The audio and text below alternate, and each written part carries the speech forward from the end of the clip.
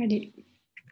Donc, bonsoir à tous. Je suis très heureuse de vous accueillir pour cette troisième conférence franco-nordique. Et puis, on n'a pas fait exprès, mais depuis hier soir, la Suède est membre de l'OTAN. Donc, il y a une sorte d'alignement des dates entre notre conférence et donc cet événement majeur. Alors, ce soir, pour nous nous éclairer. Nous allons donc discuter avec Marie-Pierre Richard. Marie-Pierre est une personne que l'on apprécie beaucoup au Cercle franco-nordique. Elle a déjà introduit une première conférence sur la gouvernance locale en Suède en février, et puis on était très attachés à ce qu'elle vienne nous parler des élections qui sont très proches, le 11 septembre prochain. Et pour y voir clair, pour essayer de deviner ce qui va se jouer, on va bien sûr prendre le temps de l'écouter. Bonjour Marie-Pierre. Bonjour à tous. Merci en tout cas à tous ceux qui viennent en distanciel. C'est difficile de revenir au présentiel. On a fait une conférence la semaine dernière en présentiel dans les locaux de Sciences Po. Et c'est vrai que pour un cercle franco-nordique, c'est sacrément difficile de se retrouver tous à Sciences Po dans une salle. Donc, je pense qu'on va continuer à faire du distanciel et on aura d'autres rendez-vous jusqu'à la fin de l'année qui seront, à mon sens, très, très précieux. Donc, on entre dans le vif du sujet. Donc, les élections en Suède, on va raconter ce qui se passe et ce qui risque de se passer, tout en tenant compte de ce sujet de l'adhésion à l'OTAN. Donc, pour commencer, en fait, on verra le propos de Marie-Pierre en 5 étapes, mais essentiellement en 4 étapes majeures. On va simplement rappeler le contexte du sujet de l'OTAN, de l'adhésion à l'OTAN de la Suède, et puis après on verra l'introduction aux élections du 11 septembre prochain, les forces en présence, la mutation du paysage politique en Suède, et puis ce que l'on ressent des tendances à venir du vote suédois. Simplement, à titre liminaire, il faut savoir que l'élection qui se joue le 11 septembre, Marie-Pierre le dira, concerne une élection nationale, mais en même temps, les Suédois vont aller voter en même temps donc au niveau local et régional. Donc, quand ils vont se déplacer le 11 septembre, ils vont en fait voter pour 3 types d'élections le même jour. On reconnaît bien là l'efficacité suédoise. Ça veut dire que vous allez voir des taux de participation assez phénoménaux en comparaison de ce que nous observons en France. Pour simplement rappeler le contexte de l'adhésion à l'OTAN, on s'est posé la semaine dernière avec un autre conférencier la question de la neutralité de la Suède. Et en fait, on a retenu, alors ceux qui étaient avec nous vont considérer que c'est une redite, mais on s'est plus ou moins quitté en se disant que la Suède ne peut pas véritablement aujourd'hui se permettre d'être neutre, c'est-à-dire au sens de ne plus être aligné sur un autre groupe de pays, parce qu'aujourd'hui, le succès de sa politique de neutralité est questionné. Pour être en succès, une politique de neutralité, en faisant appel aux observations des experts et puis des spécialistes en géopolitique, il faut au moins avoir 4 critères pour être vraiment sûr de sa politique de neutralité. Et quand on voit ces 4 critères, on s'aperçoit que la Suède aujourd'hui n'a pas véritablement les moyens d'une politique de neutralité comme elle l'a eu dans le passé. Premièrement, elle a une protection géographique naturelle qui n'est pas si importante.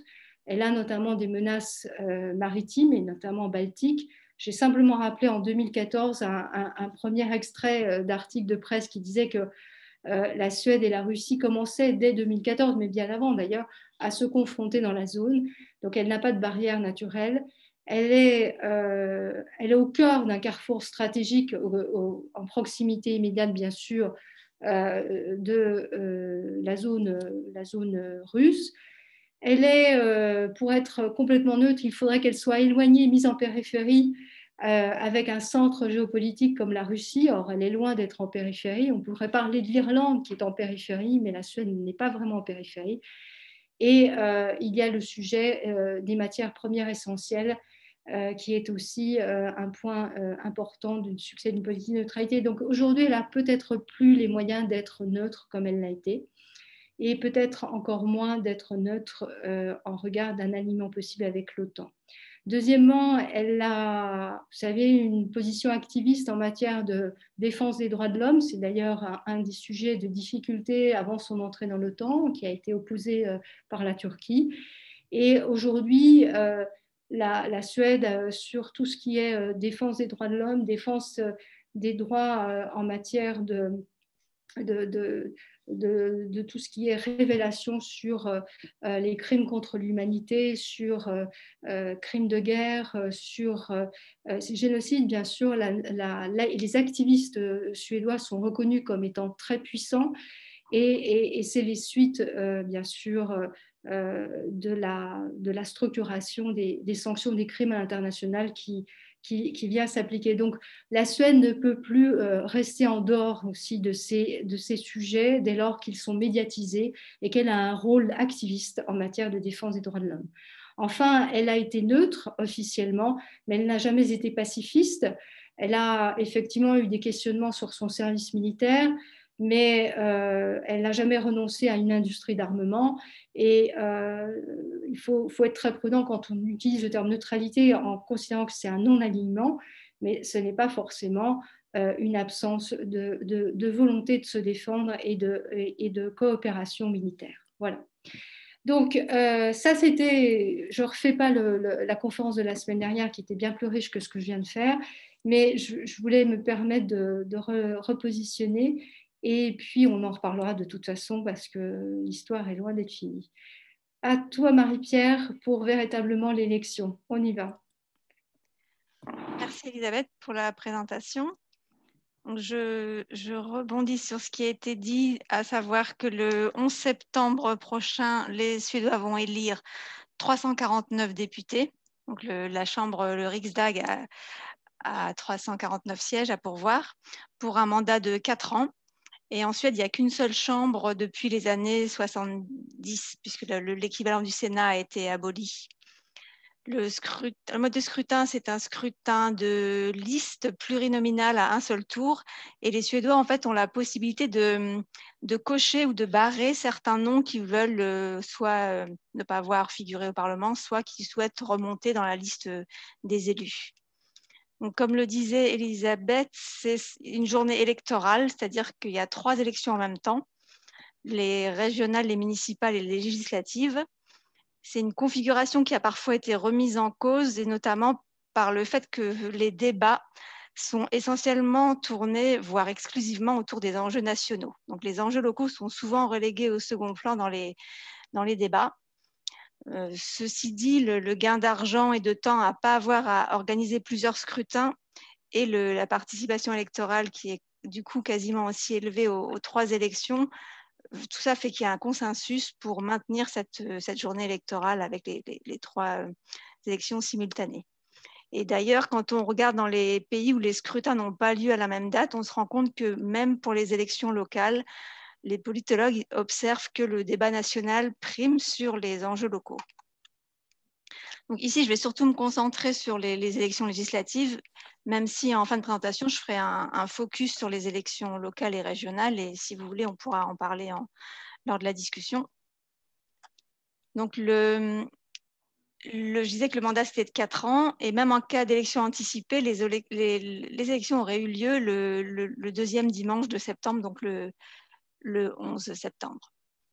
Pour faire un point sur la situation à l'issue des dernières élections, donc c'était en septembre 2018, ce que vous voyez, c'est la représentation des sièges, la répartition en sièges.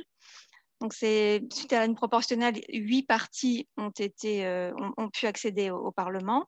Il y a un seuil de 4%, en dessous duquel, en fait, un parti ne peut pas avoir de siège. Et ce qu'on constate là, c'est que dans les 8 partis, il n'y en a aucun qui a une majorité absolue. Donc, c'est le Parti social-démocrate qui avait obtenu le score le plus élevé, avec 100 députés, donc une majorité relative, mais quand même faible, puisque c'est 100 par rapport à 349 sièges. Et donc, le Parti social-démocrate a composé un gouvernement, mais il a dû faire une coalition avec d'autres partis. Et c'est seulement les Verts qui ont accepté de participer au gouvernement de Stéphane Le Ven, donc sur la slide suivante, qui est le premier gouvernement du mandat entre 2018 et actuellement. On parle du gouvernement Le Ven II, puisque Stéphane Le Ven avait déjà été Premier ministre à la suite des élections de 2014. Et il est resté jusqu'en novembre dernier, puisque en novembre dernier, il s'est dit je veux pas rempiler pour un troisième mandat, et il avait décidé de laisser son successeur, et là en l'occurrence sa successeur, préparer les élections à venir. Peut-être quand même pour évoquer, Stéphane Le Ven, c'était un ouvrier métallurgiste, un soudeur, qui était entré au Parti social-démocrate et en politique par le biais du syndicalisme. Et le parcours de cet ouvrier métallurgiste a rapproché la social-démocratie de la base ouvrière, et ça a permis au Parti social-démocrate de redonner une certaine crédibilité au parti quand il parle au nom des ouvriers, puisque depuis certaines décennies, il y avait quand même un écart, un éloignement entre le syndicalisme et la social-démocratie. Donc, en novembre, il a démissionné en octobre, fin octobre, et en novembre 2021, c'est Magdalena Andersson qui a été élue au Parlement pour lui succéder. Elle, c'est une universitaire et c'est la première femme à occuper ce poste en Suède. Alors, avec son arrivée, et pour des questions budgétaires qu'on pourrait évoquer dans la discussion, mais c'est pour les questions de vote du budget, les partis verts s'est retiré du gouvernement. Donc, ce n'est plus un gouvernement de coalition actuellement qui dirige la Suède, puisque les sociaux-démocrates sont le seul parti à être représenté dans le gouvernement de Magdalena Andersson. Donc, comme bien sûr, ils n'ont toujours que 100 élus, c'est donc, il s'agit de négocier chaque texte avec soit l'appui des partis de gauche, soit l'appui du parti centriste. Et c'est en fait des négociations constantes qui n'existaient pas avant, quand la social-démocratie avait des majorités beaucoup plus larges. Donc, je vais présenter les partis en présence suite aux élections précédentes. Et ce sont les partis qui sont là depuis les années 90 et 2000. Donc, il y a 8 partis, dont 3 sont associés à la gauche et 5 sont plutôt associés à la droite, dont un d'extrême droite. Je dis plutôt parce que le parti centriste maintenant souhaite un peu se démarquer de cette stricte répartition. J'en reparlerai tout à l'heure. Et je vais commencer par présenter la gauche, car c'est eux qui représentent la majorité actuellement. Donc, si on peut passer à la slide suivante, c'est le Parti social-démocrate, donc le parti qui a le plus de suffrages actuellement. C'est historiquement le parti qui a dominé la vie politique en Suède depuis les années 1930 et surtout depuis au lendemain de la Seconde Guerre mondiale. C'est le parti qui est associé à la mise en place de l'État-providence suédois, qu'on caractérise par l'économie de marché associée à un fort niveau de protection sociale. C'est aussi le parti qui a mis en œuvre les services publics universels, avec le corollaire, donc des taux d'imposition élevés. On a mis la photo d'Olof Palme, c'est un peu celui qui est le plus connu dans les années 60 et 80, puisqu'il était représentant internationalement missionné, connu à l'ONU, puisqu'il a été missionné pour des combats comme l'apartheid, contre l'apartheid, ou des médiations dans d'autres conflits. Donc, j'ai également mis Stéphane Le Ven, puisque son parcours il est resté 7 ans au pouvoir juste avant ces élections-là. Et comme je le disais, son parcours de syndicaliste est assez remarqué, puisque Olof Palme n'était pas du tout un ouvrier, Göran Persson non plus, donc c'est un des seuls ouvriers en fait à être arrivé au poste de Premier ministre récemment. Donc actuellement, c'est Magdalena Andersson qui va mener la campagne au nom du Parti social-démocrate. Pour les autres partis de gauche, donc il y a le parti Vänster, qui signifie la gauche d'ailleurs en suédois. À l'origine, c'est le Parti communiste, donc c'est un parti qui a été créé en 1921. Ils ont changé de nom en 1990 pour s'appeler la gauche. Ce parti est donc plus à gauche que les sociaux-démocrates, et notamment sur la question des privatisations et du rôle des acteurs privés dans les secteurs publics. Ils sont nettement opposés à ce que les acteurs privés soient des prestataires de services publics. Ils se sont également positionnés contre l'adhésion à l'OTAN. Donc, j'en reparlerai tout à l'heure quand on évoquera ce point. Et la chef actuellement, c'est Noshi Dagostar qui mène les élections. Elle est relativement populaire au sein de son parti et dans les médias. Le deuxième parti qui est étiqueté également à gauche en dehors de la social-démocratie, c'est le Parti des Verts, donc milieu patriote. Il a été créé en 1981, donc bien après les autres partis de gauche. C'était dans le contexte de l'opposition à l'énergie nucléaire. Il est entré au Parlement en 1988 et le Parti des Verts est organisé autour d'une direction bicéphale. D'ailleurs, ils ne veulent pas qu'on parle de directeur ou de chef de parti, ils veulent qu'on parle de porte-parole. Et c'est pour ça que j'ai mis les photos de Märta Stenevi et de Per Bolund, parce que c'est les deux qui sont les porte-parole des Verts. Donc eux, forcément, ils se positionnent sur les enjeux climatiques, mais pas exclusivement. Et actuellement, ils sont en grande difficulté électoralement, puisque dans les sondages, ils sont en dessous de la barre des 4%, donc il se pourrait bien qu'ils disparaissent du Parlement en septembre prochain. Donc, pour évoquer la droite, donc le parti de droite qui rassemble le plus de suffrages, c'est le parti qu'on appelle les modérés, Modera Terna. C'est un parti qui, lui, a été un parti de gouvernement, notamment entre 1991 et 1994. Donc, à l'époque, c'était des mandats de 3 ans. Et peut-être que vous reconnaissez Carl Bildt, donc c'était à la suite après avoir été Premier ministre entre ces 3 années, il a fait également des missions pour l'ONU en ex-Yougoslavie. Il a conduit la mission de paix en ex-Yougoslavie. Donc c'est pour ça qu'il est plutôt connu en France ou à l'étranger. Les modérés, le Parti des modérés a également été au pouvoir entre 2 mandats consécutifs entre 2006 et 2014. Et c'est Frédéric Reinfeldt qui était le Premier ministre. Donc, c'est bien un parti qui défend les entreprises, plutôt une économie de l'offre avec des bases d'impôts sur les sociétés. Mais il faut quand même souligner que d'une part, la baisse des prestations sociales qui a caractérisé leur gouvernement avait déjà été initiée par les sociodémocrates au début des années 2000. Et par ailleurs, même s'il y a eu une baisse des impôts et de certaines prestations, ils n'ont absolument pas démantelé l'État-providence et le parti même la droite en Suède souhaite conserver la structure de l'État-providence suédois. Et pour finir, c'est également sous le gouvernement de Frédéric Reinfeldt que la Suède a commencé à accueillir les nombreux réfugiés qui sont arrivés en 2014. Et donc, sur l'exemple d'Angela Merkel, il a dit non, la Suède va ouvrir ses portes et son cœur aux étrangers. Donc, c'est vraiment un parti qui est un parti de droite classique, mais qui est teinté, qui est caractérisé par ce qu'on appelle en Suède la générosité envers les immigrés et le maintien de la social-démocratie. Donc actuellement, c'est Ulf Kristersson qui mène la campagne pour le Parti des modérés et qui va candidater pour l'élection de septembre. À côté des modérés, il y a également le Parti chrétien-démocrate, qui est un parti aussi étiqueté à droite. C'est un parti fondé en 1964 en opposition avec les politiques social-démocrates. Il est plutôt conservateur sur le plan des mœurs et il s'affiche contre la décentralisation au niveau régional de la santé et des hôpitaux. Car actuellement, la gestion de la santé s'effectue au niveau des régions. Et donc, les chrétiens démocrates souhaiteraient revoir remis en cause cette répartition des compétences. Et c'est également le premier parti, donc les chrétiens démocrates, à avoir entamé des discussions avec l'extrême droite et à accepter l'idée même d'une coalition avec ce parti. Donc les 2 partis suivants sont également étiquetés à droite, mais ils se détachent notamment par rapport à cette question de l'alliance avec l'extrême droite. Donc le premier parti, c'est le parti du centre ou l'ancien parti agrarien. C'est un parti qui défendait la ruralité, donc les campagnes, mais également qui actuellement se tourne vers les nouvelles technologies. C'est un parti qui aimerait gouverner au centre, et donc il faisait partie de la coalition de droite dans le gouvernement Reinfeldt.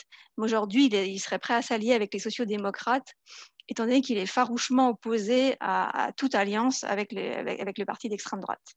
Alors que les modérés et les chrétiens démocrates sont bien plus ouverts à l'idée d'une coalition. Et c'est Annie Lööf qui mène la campagne au nom du parti du centre actuellement. Le dernier parti qui est plutôt étiqueté à droite, c'est le Parti libéral, lui, c'est un vieux parti puisqu'il est présent en Suède depuis 1902. Ils ont changé progressivement de nom. Avant, il s'appelait le Parti du Peuple, Folkpartiet, et maintenant, il s'appelle les Libéraux depuis 2015. Ils ont également fait partie du gouvernement de coalition entre 2006 et 2014. Et c'est un parti qui est plutôt libéral en matière de mœurs et qui lui, est en revanche contre la décentralisation en matière d'éducation. C'est moins les hôpitaux qui gênent ce parti, mais c'est plutôt l'éducation, puisqu'en Suède, l'éducation est la compétence des communes, que ce soit en termes de bâtiments, de personnel et surtout des enseignants. La Suède, dans les dernières décennies, a eu des résultats relativement moins bons. Par exemple, si vous regardez les enquêtes PISA, la Suède a perdu des rangs, enfin, nettement bien moins classés, pardon. Et donc, le parti libéral pense que c'est en partie dû à la répartition des compétences au niveau local. Alors, eux aussi, ils sont très en difficulté dans les sondages et donc ils jouent leur survie aux prochaines élections. Ils ont parié sur leur droite, donc eux, ils espèrent que la droite va gagner, ils espèrent faire partie d'un gouvernement de droite, et ils ont compris que les modérés et que les chrétiens démocrates souhaitaient s'allier avec l'extrême droite, et de ce fait, ils restent très vagues quant à la possibilité d'une alliance avec l'extrême droite, alors que jusqu'à présent, jusqu'à l'année dernière, ils étaient farouchement opposés à l'idée d'une alliance avec l'extrême droite. Ce qui fait que cette question de l'alliance avec l'extrême droite, elle a obligé les partis à se repositionner et elle bouscule les alliances traditionnelles. Et dans la campagne, c'est vraiment un thème qui revient souvent. Je vais donc m'arrêter sur l'extrême droite à un moment. Donc la prochaine slide, c'est le parti d'extrême droite qui s'appelle les démocrates de Suède. Donc c'est devenu le 3e parti de Suède. Et c'est un parti qui a été fondé en 1988 et qui est entré au Parlement en 2010. À la base, c'est un parti national conservateur, donc il y avait un noyau de personnalités proches des milieux nationalistes, d'ailleurs comme actuellement le leader, Jimmy Åkesson. Mais il y avait aussi un groupe de néo-nazis qui a fondé le parti.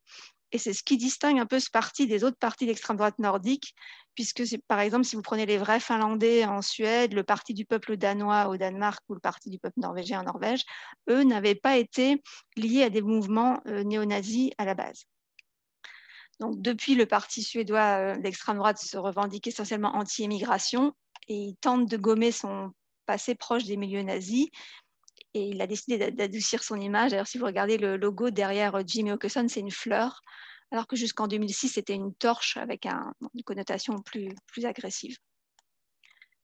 Donc en fait, en Suède, l'extrême droite est arrivée assez tard sur la scène politique et plus tardivement bien sûr, que les autres pays européens, mais même que le reste des pays nordiques. Il y avait bien eu en 1991 donc un parti qui s'appelait Ny Demokrati, qui veut dire Nouvelle Démocratie. Mais c'était plutôt un parti populiste au sens du mouvement des 5 étoiles italiens, par exemple. Ils n'étaient absolument pas liés à l'extrême droite, au groupuscule néo-nazi. Et d'ailleurs, ils ont disparu, ils sont venus 3 ans au Parlement, ils ont disparu en 1994. Donc aujourd'hui, c'est vraiment les démocrates de Suède qui occupent l'espace pour l'extrême droite politique. Et c'est la personnalité de Jimmy Åkesson aussi qui a permis à ce parti d'avoir des scores assez impressionnants. Alors même si les démocrates de Suède n'ont jamais fait partie d'une coalition gouvernementale, ils font partie de plusieurs exécutifs locaux en Scanie, dans le sud de la Suède. Et leur plus grand succès vient du fait qu'ils ont fait voler en éclats la politique des 2 blocs, donc les blocs de gauche et le bloc de droite, qui étaient en vigueur depuis les années 30 en Suède. Donc les anciens partis du bloc de droite se divisent maintenant actuellement sur l'attitude à adopter vis-à-vis du parti d'extrême droite. Et jusqu'en 2018, il y avait un cordon sanitaire qui avait été maintenu, enfin qui avait maintenu les démocrates du Suède à l'écart de toute négociation. Mais cette unité du bloc a été rompue. Et donc, comme je le disais précédemment, les chrétiens démocrates et les modérés acceptent le principe de discussion et également d'alliance gouvernementale. Donc, ils ont fait un score de 20% et actuellement, on le verra tout à l'heure, mais ils tourneraient autour de 17-18%. Je vais faire un petit point sur les mutations du paysage politique en Suède et je voudrais évoquer quelques analyses en fait, de sociologie électorale qu'on peut lire actuellement. Donc là, ici, je me fonde sur des travaux de Henrik Oskarsson ou de Tommy Möller ou de Jenny Madestam. Et donc, les chercheurs s'accordent pour montrer qu'en Suède, il y avait un clivage traditionnel idéologique entre la gauche et la droite, un peu comme dans le reste de l'Europe, qui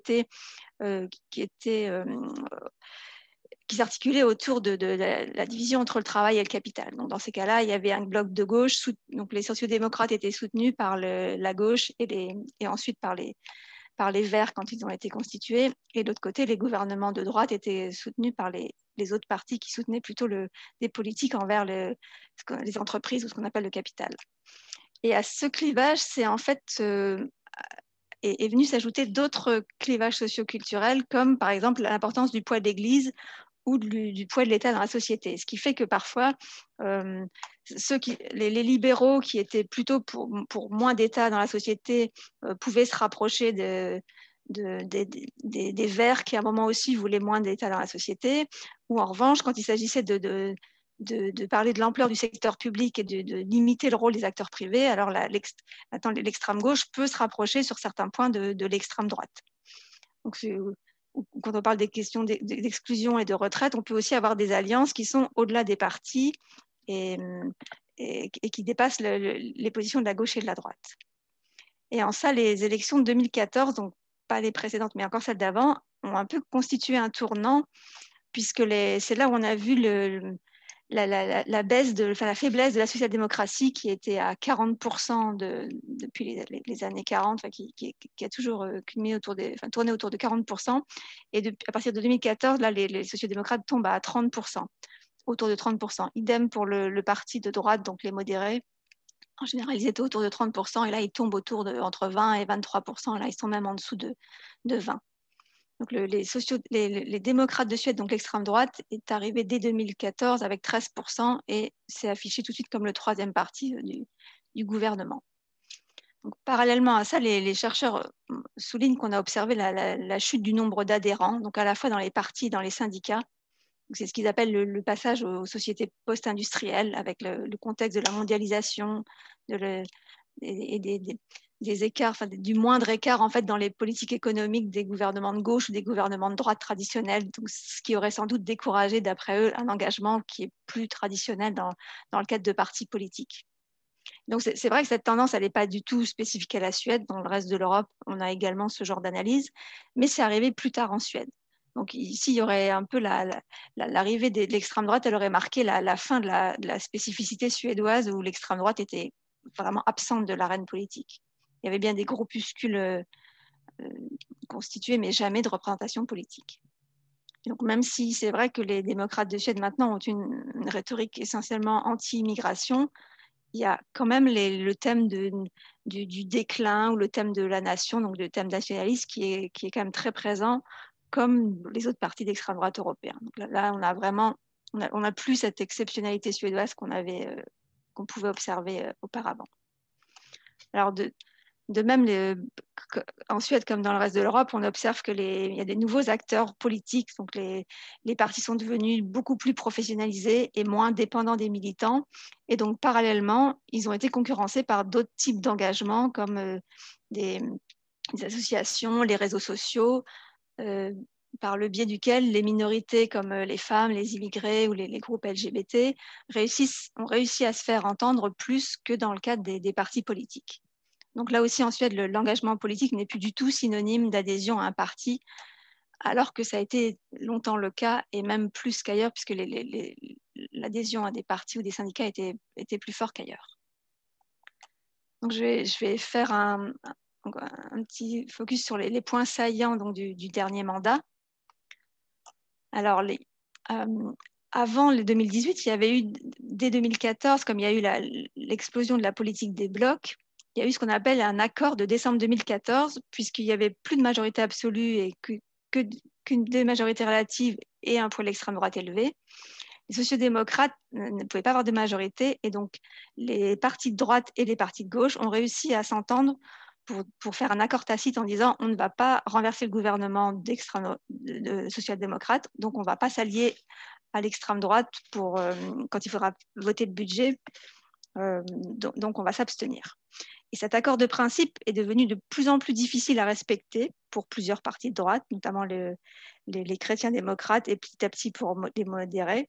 Et donc, on a vu petit à petit que les sociodémocrates ont dû négocier à chaque texte avec soit les partis de gauche, soit le parti du centre pour réussir à obtenir des majorités à l'Assemblée. Et donc là, il y a un risque aussi d'un maintien de cette situation. Donc, il y a des risques de blocage institutionnel, il y a des grandes incertitudes maintenant et des risques de manœuvre que la Suède ne connaissait pas du tout même il y a 10 ans, il y a 10 ans de ça. Donc, est-ce que ça a créé un certain agacement déjà chez les Suédois? Ce qu'on observe actuellement, c'est que les sociodémocrates seraient en train de remonter et gagnent des points dans les sondages. Et le parti modéré un petit peu également. Donc, est-ce que les Suédois voudraient manifester qu'ils aimeraient un retour à une certaine forme de stabilité en soutenant des partis plus forts? Donc, c'est des hypothèses qui circulent parmi les analystes. Ce qu'on peut aussi remarquer, c'est qu'il y a le renforcement des sociodémocrates est peut-être aussi attribué à l'arrivée de Magdalena Andersson, qui est un leader populaire, et notamment depuis que justement elle a négocié la demande d'adhésion à l'OTAN, qui sans doute lui aurait fait gagner des points. Parce que l'adhésion à l'OTAN est assez consensuelle, même s'il y a quand même deux partis, comme les partis de gauche et les Verts, qui étaient majoritairement opposés à la candidature. Sinon, les autres partis étaient majoritairement pour le dépôt de la candidature. Donc, je vais passer aux enjeux donc rebondir justement sur la question de l'OTAN, puisqu'on en parlait. Alors, je ne savais pas trop comment aborder ce thème parce que entre février et mai, le thème de l'adhésion à l'OTAN a occupé toute la campagne. C'est-à-dire qu'il n'y avait quasiment aucun thème qui arrivait à émerger autre que l'adhésion à l'OTAN. Et depuis le dépôt de la demande en mai, le 15 mai, c'est un thème qui a quasiment disparu. Même s'il y a des soucis avec le refus de la Turquie, on a bien vu que les autres thèmes ont repris le dessus. Et, à la rigueur, ce n'est pas très étonnant que cette question ait été omniprésente, puisque en un mois, les Suédois sont passés d'une position fortement hostile à l'alliance. Comme le disait Elisabeth en présentation, c'était surtout la question, les Suédois étaient fortement non alignés, même si le mot de neutralité, on doit le prendre avec prudence, puisque la Suède, dès les années 90, avait fait partie du partenariat de l'OTAN pour des missions de paix, avait également participé à des exercices militaires avec l'OTAN. Donc, c'était une neutralité quand même toute relative, mais le fait de ne pas faire partie d'une alliance, c'était très fort chez les Suédois. Et en un mois et demi, la majorité des Suédois a changé d'avis, d'autant plus que les voisins finlandais ont fait la même chose et que leur destin par rapport à l'OTAN s'est calqué sur la Finlande. Donc, la Finlande et la Suède ont été très solidaires et ont déposé ensemble leurs demandes. Et donc voilà, c'est un thème qui a disparu, même si l'opposition de la Turquie et les conditions que la Turquie a demandé à la Suède de respecter pour donner son accord actuel, passe un petit peu mal. Là, je fais plus du journalisme que de l'analyse parce que ça date d'hier, mais on voit bien que l'accord qui est survenu hier fait grincer des dents les partis de gauche et les Verts, qui commencent à se demander pourquoi les gouvernements ont un peu bradé la question des Kurdes, donc des nombreux réfugiés kurdes en Suède. Alors, est-ce que la Suède a accepté le principe d'extrader des opposants kurdes de façon diplomatique et qu'elle ne le fera pas? Ou est-ce que ça va remettre en cause l'accueil d'autres Kurdes? Là, c'est vraiment à voir dans les prochaines semaines. Donc, à partir de mai, les autres enjeux de la campagne qui avaient été relégués au second plan ont refait surface, et notamment la question de la criminalité, puisqu'il y a depuis 1 ou 2 ans, il y a quand même une hausse des violences dans les banlieues qui est pas seulement observée par les médias, mais également par les statistiques, puisqu'il y a 4% par an de plus depuis ces dernières années de la grande criminalité. Il y a eu des émeutes en avril 2022 dans les banlieues. Donc, c'est un contexte médiatique qui a bien sûr amplifié le phénomène, mais les sociodémocrates n'ont se sont emparés du problème et ne comptent pas laisser le thème de la délinquance et de la criminalité à la droite et à l'extrême droite. Ce qui fait qu'il y a quand même un consensus, même s'il y a des débats et des oppositions, il y a un consensus autour de l'enjeu premier que constitue cette hausse de la criminalité. Il y a l'environnement et le respect des critères de la COP fait aussi partie d'un critère très élevé sur la liste des préoccupations suédoises. Et paradoxalement, les questions environnementales ne profitent pas du tout aux partis verts. Et la raison, c'est peut-être que les sociodémocrates, mais également les partis de droite, se sont beaucoup emparés de ce sujet, le parti centriste également. Et donc, il y a une certaine crédibilité des autres partis à gérer les questions environnementales et climatiques. Et en revanche, il n'y a sans doute pas cette crédibilité, la crédibilité du Parti vert à gérer les autres questions. Donc, comme on le disait tout à l'heure, les Verts sont en très grande difficulté pour les prochaines élections. Un autre thème qui est apparu et qui est encore plus renforcé suite à l'invasion en Ukraine, c'est la forte hausse des prix alimentaires et l'énergie. Donc, la question du pouvoir d'achat et également donc, pour le niveau des retraites est apparu sur la scène récemment. Donc, le gouvernement a même essayé de voter une loi en faveur des retraites avant les élections pour montrer que la question du pouvoir d'achat est prise au sérieux. Et enfin, pour finir, le maintien des services publics qui est un thème récurrent à chaque élection. C'est vrai que l'État-providence et la qualité des services publics font partie des thèmes de campagne qu'on peut observer à chaque élection. Et cette élection ne fait pas exception. Le maintien d'un service public de qualité est également à l'ordre du jour. Donc si on regarde le dernier sondage officiel qui a été publié au début juin et qui a été fait au mois de mai, on se rend compte que les sociodémocrates ont le vent en poupe, qu'il y a un léger tassement de l'extrême droite. Alors là, le parti de gauche modéré, on a l'impression qu'il se tasse, mais il a augmenté par rapport en 2021 où il était à 18%. Donc il avait quand même réaugmenté entre-temps. Mais c'est vrai que si on regarde là, il y a une égalité quasi totale entre les deux blocs. Donc on peut penser que ça va être encore une situation assez compliquée pour constituer un gouvernement viable et avec une majorité. Donc, voilà, c'est ce que je disais. C'était suite à mes commentaires. Donc, est-ce que les sociodémocrates vont se maintenir au pouvoir? Les journaux ont tendance à émettre cette hypothèse, mais il faut être très prudent au vu de la situation de la quasi-égalité des deux blocs et en l'absence de certitude sur la position du parti centriste, sur sa volonté de constituer un gouvernement avec les sociodémocrates. Et de ce fait, si les centristes sont avec les sociodémocrates, est-ce que les partis de gauche voudront à leur tour participer? Donc là, il y a trop d'incertitudes, même si actuellement, c'est une hypothèse qui est plus évoquée qu'une autre. Donc, comme Elisabeth le disait en introduction, il y a les élections suédoises bénéficient d'une forte participation, même si on observe un tassement, si on regarde entre 1976 et 2018. Donc, dit, quand on est à 87% pour des élections législatives, on est quand même vu de France, c'est quand même assez paradisiaque, puisque nous, on n'est même pas à la moitié. Donc, on peut parler d'un léger tassement, mais pas du tout d'une remise en cause de l'importance des élections en Suède. Et si vous regardez le taux de participation des élections locales, donc pour les régions et les municipalités, on voit que ce taux de participation est légèrement inférieur. Alors, ça ne veut pas dire que les gens viennent voter uniquement pour les législatives et repartent du bureau sans avoir voté pour les autres élections. C'est parce qu'en fait, la base électorale pour les régions et les communes est plus large, puisque en Suède, les étrangers ont le droit de vote aux élections locales. Et ce qu'on observe en sociologie électorale, c'est que les étrangers voteraient un peu moins que les Suédois,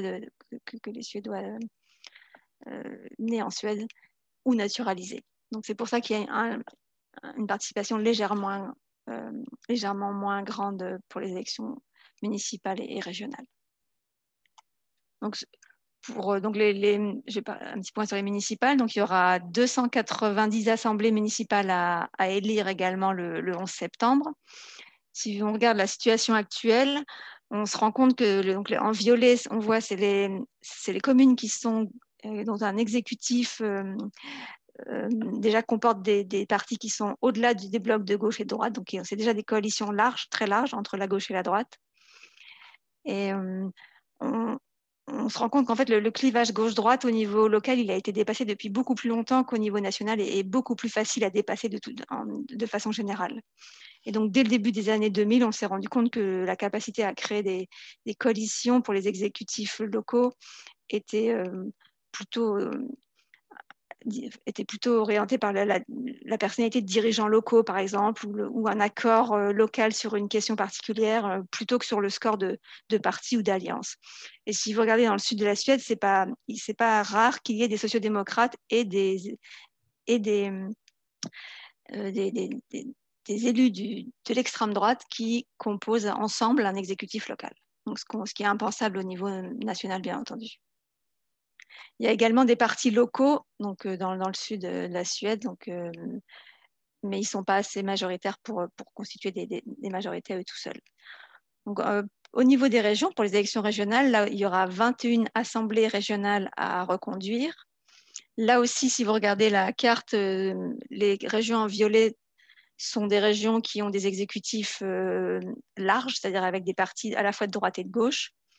Là où vous voyez des triangles, c'est des régions où il y a un parti spécifiquement constitué pour les élections régionales, le parti des hôpitaux et de la santé, qui participe aux exécutifs. Donc là c'est vraiment un exemple de parti local constitué uniquement sur un thème et pour une élection locale, et qui a même réussi à entrer dans les exécutifs à 5 reprises.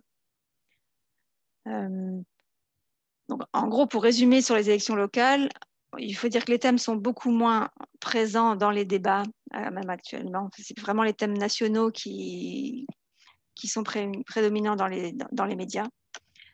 On peut rappeler qu'il y a quelques partis locaux et régionaux qui complètent des majorités, mais ils ne sont jamais assez puissants pour gouverner tout seuls. Et donc, comme on le disait tout à l'heure, il y a une participation qui est légèrement plus faible du fait d'une base électorale plus large, mais c'est quand même des scores assez enviables pour des démocraties comme les nôtres, notamment au sud de l'Europe. Et donc, pour finir, je voudrais évoquer les travaux d'un politologue qui s'appelle Gissur Erlingsson. Alors, il est islandais d'origine, mais il travaille pour l'université de Göteborg. Et il a essayé de faire ressortir des traits qui sont spécifiquement suédois et qui seraient apparus récemment dans le paysage politique.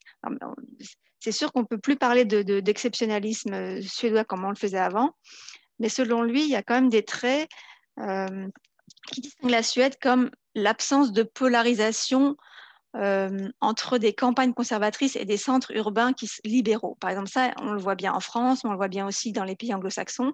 Les campagnes ont un vote plus conservateur que les centres urbains qui votent plutôt pour des partis centristes ou libéraux. Et en Suède, les campagnes ne sont pas beaucoup plus conservatrices que les villes, et les questions environnementales sont même aussi importantes pour les élections des campagnes que dans le reste de l'Europe, où parallèlement, dans les centres-villes, on voit aussi on peut voir un vote conservateur, alors qui serait moins observé dans le reste dans d'autres pays. Erlingsson remarque aussi que la polarisation entre les partis s'est nettement atténuée. Par exemple, il y a eu des questions comme l'accueil des réfugiés ou l'immigration. C'était très polarisé dans les débuts des années 2000 et maintenant, ça l'est beaucoup moins. Alors, c'est peut-être la question de l'intégration qui a un petit peu primé, qui prime maintenant sur la question de l'immigration. C'est sans doute dû au frein qui a été mis après l'accueil des immigrés, des immigrés syriens dans la vague de 2014-2015, où il y a eu une grande ouverture des frontières. On pourra en revenir en discussion parce que je crois que je devais passer une question là-dessus. Mais actuellement, il y a plutôt un consensus sur on freine l'immigration, mais en revanche, il faut qu'on discute sur la façon d'intégrer et de mieux intégrer les étrangers qui ont encore des taux de chômage plus élevés que la population suédoise ou naturalisée suédoise. Erlingsson montre aussi qu'en Suède, le haut degré de décentralisation fait qu'on ne peut pas aborder les collectivités locales comme on le fait ailleurs, puisque les communes ont plus de marge de manœuvre et plus de moyens face à l'État. Et ben, il y a une grande autonomie fiscale et une autonomie financière bien plus élevée que dans le reste du continent. Donc, ce qui fait que ce sont des acteurs politiques à part entière. Mais il y a aussi un paradoxe, c'est qu'en dépit de ces acteurs forts, les débats des campagnes font rarement l'écho des débats locaux. Ça, c'est vrai que c'est un paradoxe. Et pour finir, on parle beaucoup de la question entre le centre et la périphérie au niveau des communes. Donc là, surtout dans le cadre des questions de criminalité, on a parlé de la question des banlieues en Suède et de la ségrégation des quartiers par rapport au centre-ville.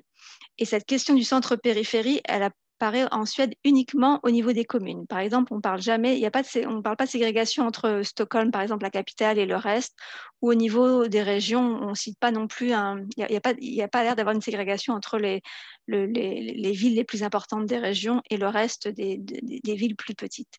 Et ça, c'est un peu un trait caractéristique à la Suède. Alors, on est loin de parler d'exceptionnalité, mais c'est quand même des traits qui permettent de faire ressortir une sociologie électorale un petit peu plus suédoise qu'européenne, enfin, que dans le reste de l'Europe. Je vous remercie Merci beaucoup. Et je répondrai à vos questions avec plaisir.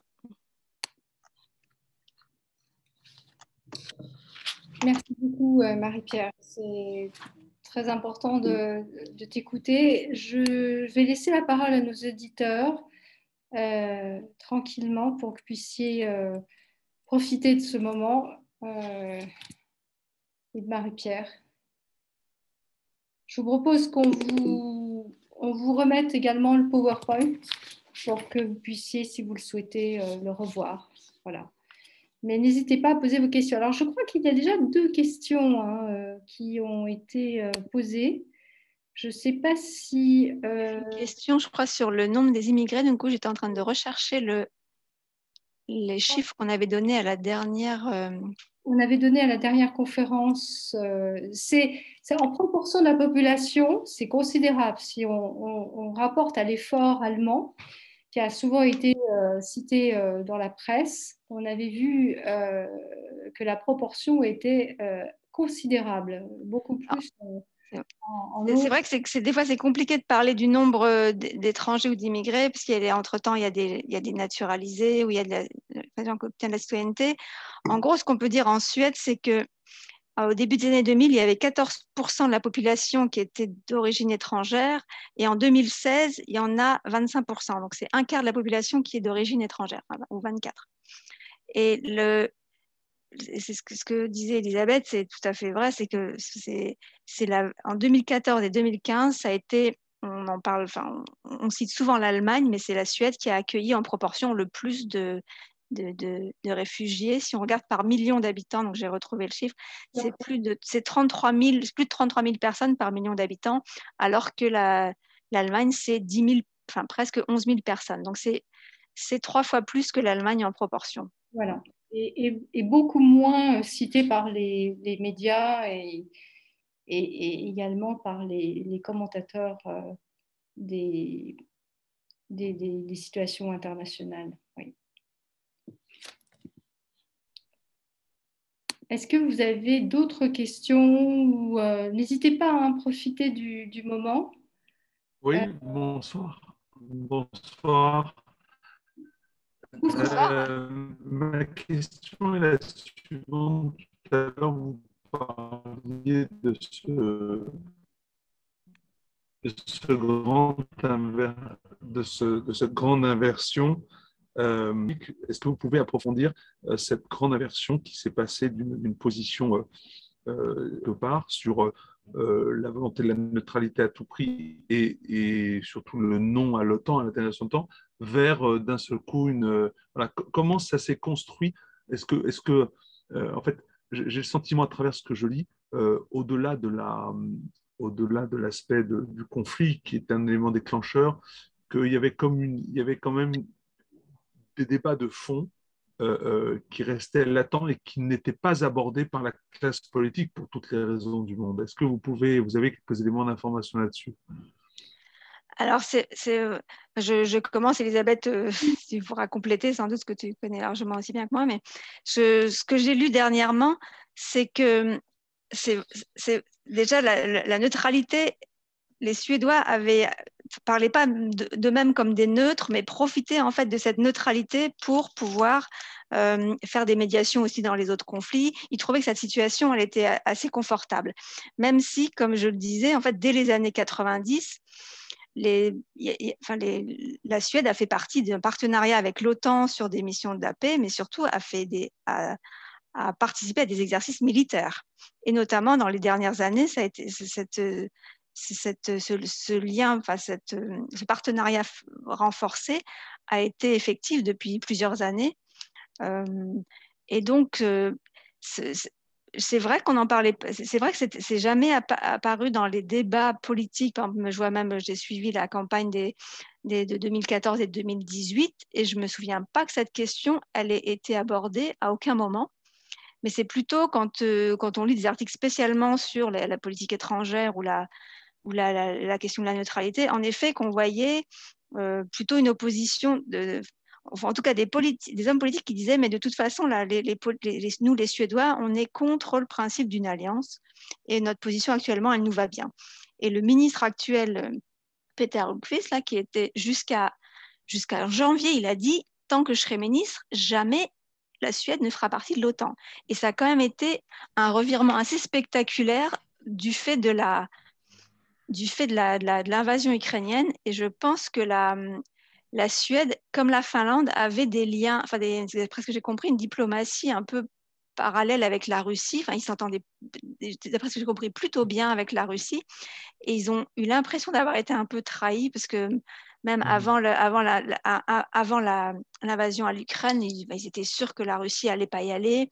Je me souviens d'un article sur la ministre Anne Linde, là, qui est la ministre des Affaires étrangères, qui le lendemain de l'invasion, elle a dit, mais alors Lavrov, il nous a menti. Enfin, elle pouvait même pas concevoir que Lavrov leur avait menti. Enfin, donc ils ont eu un petit peu, ils se sont rendus compte d'une certaine naïveté par rapport à la Russie.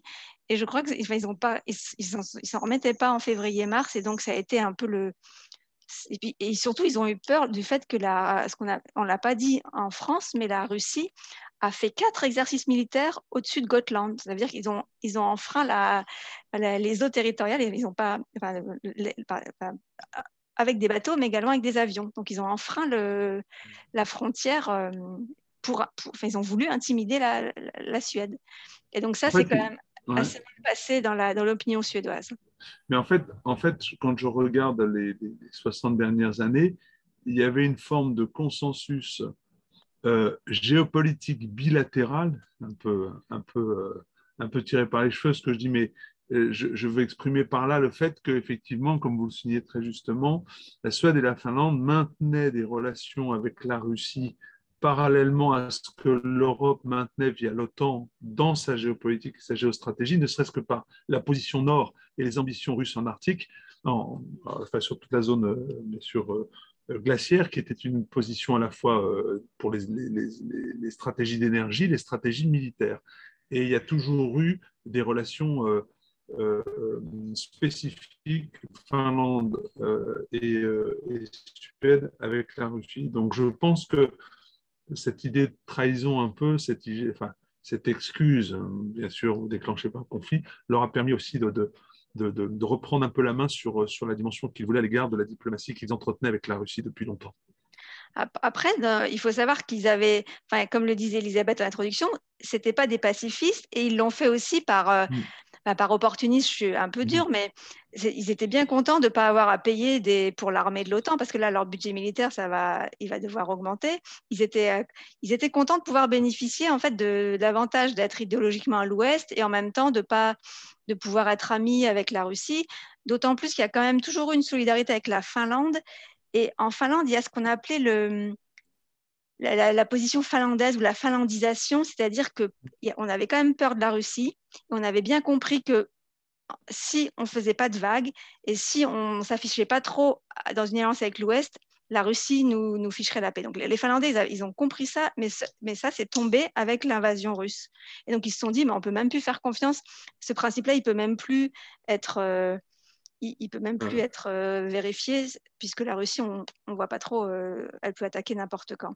Et donc, comme la Suède voulait surtout pas rentrer seule sans la Finlande, puisqu'il y a quand même des liens très proches entre ces deux pays, et que la Finlande a quand même une autre position. Elle a 1300 km de frontière avec la Russie, et la Suède, elle n'en a pas. Même si Gotland est très proche de Saint-Pétersbourg, ils sont au milieu de la Baltique, c'était quand même pas la même situation. Et parce que ça a arrangé tout le monde aussi. Je pense que la Suède, elle est restée neutre.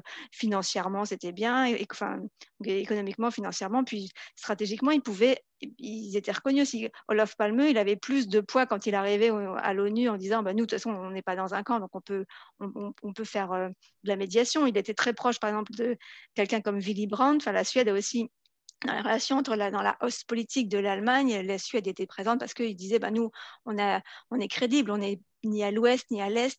Et ça, c'est vrai que maintenant, en étant, certains commentateurs et politologues l'ont dit, là, on aura plus de mal, on aura moins de crédibilité à pouvoir jouer les médiateurs un peu indépendants, puisqu'on sera officiellement rattaché à une alliance, même si c'est clair qu'ils avaient de toute façon choisi leur camp. Enfin, c'était l'Ouest, idéologiquement, c'était toujours l'Ouest, et ils s'en cachaient pas, mais ils avaient dit, OK, pour un principe, on va pas officiellement rentrer dans l'alliance parce que ça correspond mieux à notre histoire. Mais là pour le coup, la crainte a été plus forte que les gains obtenus par cette position un peu mi-raisin.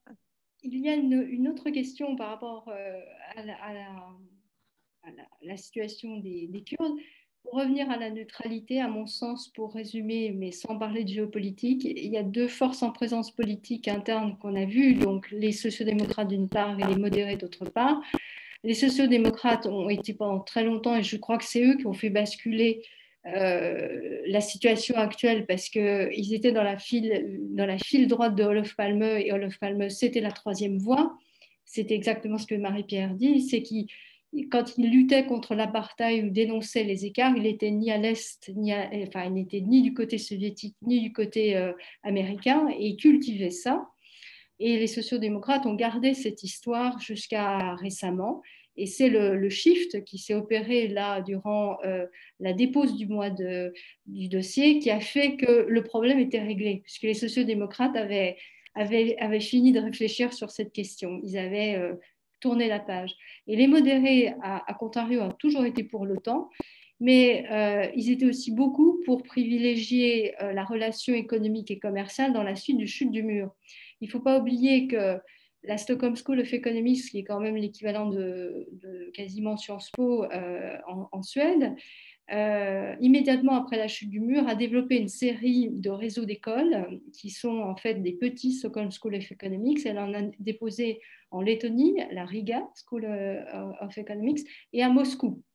Donc l'approche soft power via l'économie, via la culture du business et à l'approche occidentale a été largement était une volonté de transmission des Suédois vers le monde russe, le monde soviétique, puis russe. Et là, maintenant, ils ont bien compris les limites. Je ne peux pas entendre la communication. Pour terminer sur la question kurde de François qui pose une question, est-ce que c'est votre ami François, je ne sais pas, on a plusieurs François dans le cercle, est-ce qu'il peut prendre la parole? En tout cas, tu veux répondre, Marie-Pierre, sur la question kurde? Hier soir, manifestement, la question kurde n'a plus été un problème puisque l'adhésion à l'OTAN a été autorisée par la Turquie. Est-ce que François peut peut-être prendre la parole et même Oui, en fait, là, pour rebondir sur la question, c'est que c'est sans doute depuis hier, il y a une nouvelle donne, c'est que la Turquie a accepté, enfin, ils ont signé un accord avec la Suède, et visiblement, ils ont signé un accord autour d'un texte qui évoque le terrorisme, et toutes les formes de terrorisme. Donc, ce que c'était que la Turquie voulait qu'ils citent bien les Kurdes. Donc, visiblement, les services de renseignement suédois auraient une liste de Kurdes à extrader. Et donc, c'est vraiment, là, c'est du journalisme, hein, c'est pas de la science politique parce que c'est tout frais. Mais il y a une vraie question sur les semaines à venir. Est-ce que la Suède va vraiment honorer est-ce qu'elle va interpréter cet accord-là de la même façon que la Turquie, à savoir qu'il faut satisfaire à la demande kurde d'extrader de ce que la Turquie appelle des terroristes, mais ce que les Suédois appellent des opposants kurdes à Erdogan. Et donc là il y a dû avoir un jeu diplomatique derrière pour accepter ce compromis, et on ne sait pas ce que ça veut dire concrètement pour la question kurde en Suède. Est-ce que ça veut dire que l'opposition kurde ne va plus utiliser la Suède comme sa base arrière ou comme de refuge, parce qu'il y a quand même beaucoup de Kurdes qui sont venus se réfugier en Suède. Alors, est-ce que ça va poser des questions? Là, dans l'article que j'ai lu aujourd'hui dans le journal, dans un grand quotidien national, les Kurdes, ils sont très inquiets. Les Kurdes en Suède disent on ne comprend pas du tout cet accord avec la Turquie. La question, c'est est-ce que c'est une base arrière des Kurdes en Europe, ou est-ce que c'est simplement un prétexte qu'a utilisé la Turquie? Est-ce que vraiment c'est un problème fondamental ou pas? Alors, ce qui est sûr, c'est que la Suède est un des pays qui avait accueilli le plus d'opposants kurdes, mais qui étaient pour la démocratie. D'après ce que disent les Suédois, c'est que c'était des démocrates qui se sont fait jeter, qui étaient menacés en Turquie sur la question des droits de l'homme. Donc, ils ont accueilli des Kurdes qui avaient le statut de réfugiés politiques, et plus qu'en Finlande. C'est pour ça que la question kurde est aussi venue pour la Finlande, mais il y avait beaucoup plus de Kurdes qui sont arrivés en Suède. Oui. Merci.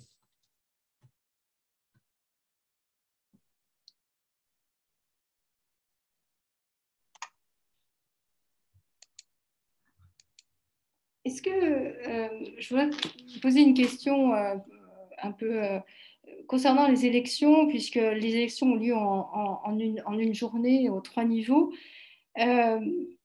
On sait que certains peuvent finalement voter au niveau national un parti et au niveau local, finalement, voter complètement différemment.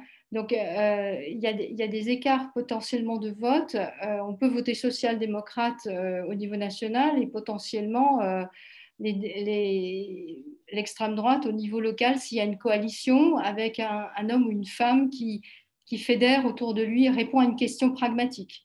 Là, ça peut arriver selon toi? Alors, je n'ai pas lu de statistiques sur le vote personnel, à savoir est-ce que beaucoup de personnes votent pour une couleur au niveau national et une couleur au niveau local. Ce qui est sûr, c'est que comme il y a des partis locaux, il y a des personnes qui votent pour les partis nationaux et d'autres pour pour les élections locales pour des partis locaux. En revanche, ce qui est sûr, c'est que des partis locaux ont nettement moins de scrupules les sociodémocrates ou soit les modérés ou les autres ont eu nettement moins de scrupules à s'allier avec l'extrême droite au niveau local pour former des exécutifs. Et visiblement, la direction du parti au niveau national n'a rien dit du tout. Et ça n'a jamais gêné les partis nationaux, enfin les gens dans les partis nationaux, que des exécutifs locaux puissent dépasser les blocs. Donc la question des alliances, elle ne se pose vraiment pas de la même façon au niveau national qu'au niveau local. Ça veut dire qu'il Parce qu'il y a une approche plus pragmatique, sans doute, sur des sujets plus locaux. Et puis c'est vrai que quand il y a un éparpillement, c'est ce qu'on commence à voir au niveau national aussi. Quand il n'y a pas de majorité, il faut bien discuter, il faut bien négocier. Et comme à un moment, il faut aussi gérer les tâches, les compétences des communes, il a bien fallu s'entendre sur comment on fait pour faire ça. Et donc, les exécutifs locaux se sont, de façon pragmatique, dégagés, souvent sans prendre en compte les couleurs politiques. D'accord. Donc, à dire, mais je ne suis pas capable, je ne sais pas en fait s'il y a beaucoup d'électeurs au niveau individuel qui votent par exemple pour la social-démocratie, les sociodémocrates au niveau national et qui voteraient pour l'extrême droite au niveau local. Je n'ai pas l'impression, mais pourquoi pas, hein, ce n'est pas du tout exclu. D'accord. Concernant l'adhésion à l'OTAN, a priori, le fait d'avoir déposé le dossier, ça a libéré le débat sur les autres sujets. Est-ce que ce n'est pas finalement un soulagement parce qu'on voit, on a quand même beaucoup d'incertitudes sur le paysage politique de demain, les coalitions, les blocs, l'instabilité qui est possible encore pendant 4 ans. Donc, en ayant l'adhésion à l'OTAN, finalement, le problème du budget militaire est réglé puisque l'OTAN, c'est un cahier des charges très précis et ils vont rentrer dedans. Donc, ils auront plus de débat finalement entre eux sur le sujet militaire. Exactement.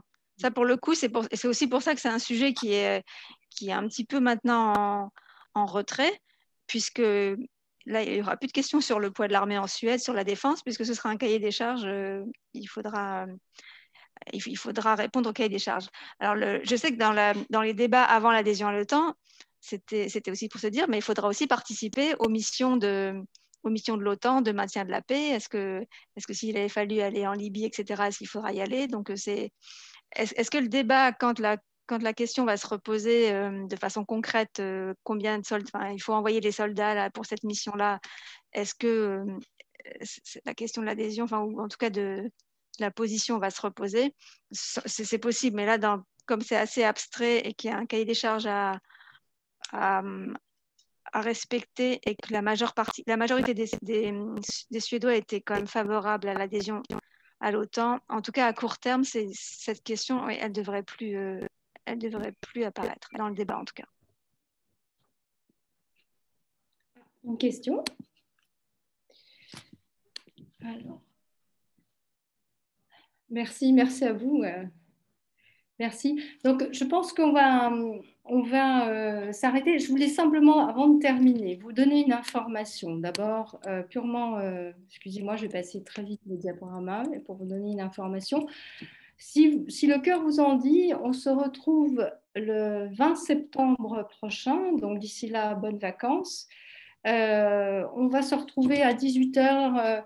Je pense qu'on aura la possibilité de se voir surtout en ligne et nous travaillerons sur un sujet complètement complémentaire. C'est un sujet économique avec un représentant de la Banque centrale suédoise, la Reichsbank. Il y aura également William de Weider, qui est un économiste en chef français qui est très réputé, et puis vraisemblablement un économiste de la zone nordique. On va se poser la question de l'accès à la résidence principale comme élément fondamental de vie et de revenus, tant pour les jeunes ménages que pour les retraités, parce que c'est un sujet comparatif qui est très intéressant entre la Suède et on va se poser la question du taux d'endettement des ménages à ce titre-là. Donc, si vous voulez venir, vous serez les bienvenus. On sera sans doute en mode avec des gens qui viennent, qui sont des étudiants, qui sont issus de tous les pays nordiques, et puis des Français. Voilà, donc on fera une conférence sans doute français-anglais. Et puis, dernier sujet peut-être à vérifier, c'est qu'il y a eu l'adhésion à l'OTAN. Maintenant, ce qu'il faut peut-être regarder. Pardon, une question? Arnaud? Oui. Non, je suis obligé de vous laisser, mais je voulais justement rebondir. En fait, je bascule sur le cercle franco-allemand dont je suis membre du bureau. Je démarre une autre vision. Merci Elisabeth, merci Marie, à tout le monde. Simplement, nous avons des thématiques à traiter avec le cercle franco-nordique et le cercle franco-allemand. Nous préparons une manifestation pour le 23 septembre sur le thème de l'énergie. On est en train de trouver la salle à Paris. Ça devrait être un événement important. Donc, je reviendrai vers vous pour regarder comment on peut articuler nos thématiques et ouvrir le champ de nos discussions. Je vous laisse. Merci beaucoup. Merci infiniment. C'était vraiment passionnant. Merci. À plus tard. À bientôt. Et donc, pour terminer sur l'adhésion à l'OTAN, il faut peut-être, pendant l'été, entre deux plongeons, surveiller ce que vont faire les Suédois dans leur alignement sur la politique de défense européenne. Je sais que c'est un sujet qui n'est pas facile non plus à aborder. Il y a eu le vote de ce qu'on appelle la boussole stratégique en début d'année. Donc, c'est les prémices d'un alignement européen sur les questions de défense, indépendamment de l'OTAN. Et les Danois, il y a quelques semaines, ont voté à travers un référendum pour désormais, eux, ils sont déjà alignés sur l'OTAN depuis longtemps, puisqu'ils sont membres fondateurs, mais c'est un État qui, jusqu'alors, avait beaucoup de réserves à l'idée de participer aux questions de défense au niveau européen, notamment questions tactiques et stratégiques, et ils ont voté il y a eu un référendum citoyen, un référendum national, et ils ont massivement voté pour cet alignement à la politique aux questions de défense au niveau européen. Donc, c'est sans doute une prochaine étape que l'on observera chez les Suédois et les Finlandais. Les Suédois et les Finlandais ont adhéré à l'OTAN. ils sont maintenant, la deuxième étape, vont-ils aller plus loin pour carrément contribuer à la stratégie européenne de défense telle qu'elle est en prémisse actuellement. Voilà, ça c'est un point qu'on entendra peut-être un petit peu parler, mais voilà. Merci. Moi, c'était un plaisir de vous avoir avec nous. Et puis, on se tient à votre disposition pour, s'il y a des sujets qui vous tiennent à cœur, n'hésitez pas. En tout cas, on va vous envoyer la présentation et on reste en contact. Bonnes vacances. À bientôt. Merci beaucoup. Prenez soin de vous.